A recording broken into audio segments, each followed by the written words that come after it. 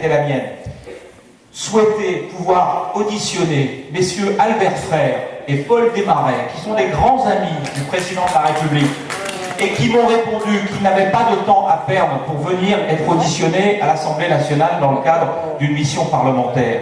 Cette dérobade, c'est la preuve aussi que ces grands amis de M. Sarkozy, qu'il a décoré avec des médailles, chez qui il est allé pendant la période qu'il pensait qu'il traversait du désert, même s'il y en a une qui s'approche pour lui dans un an de traverser du désert.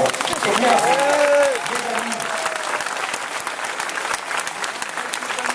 je ne peux pas croire ce gouvernement qui effectivement essaye de nous endormir actuellement. Alors oui, soyons réveillés, vous, les militants dont nous avons besoin, les élus également, pour faire en sorte que nous arrivions à nos fins.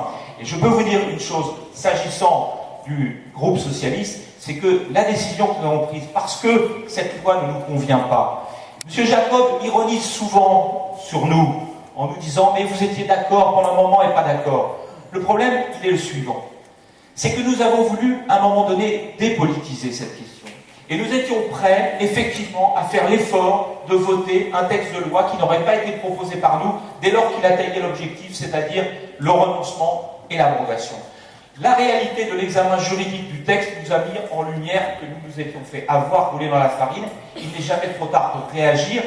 Dès que cette loi sera votée définitivement, le groupe socialiste à l'Assemblée nationale redéposera une proposition de loi, profitera d'une des niches qui lui est réservée pour pouvoir en débattre. Et dans cette proposition de loi, les choses seront claires.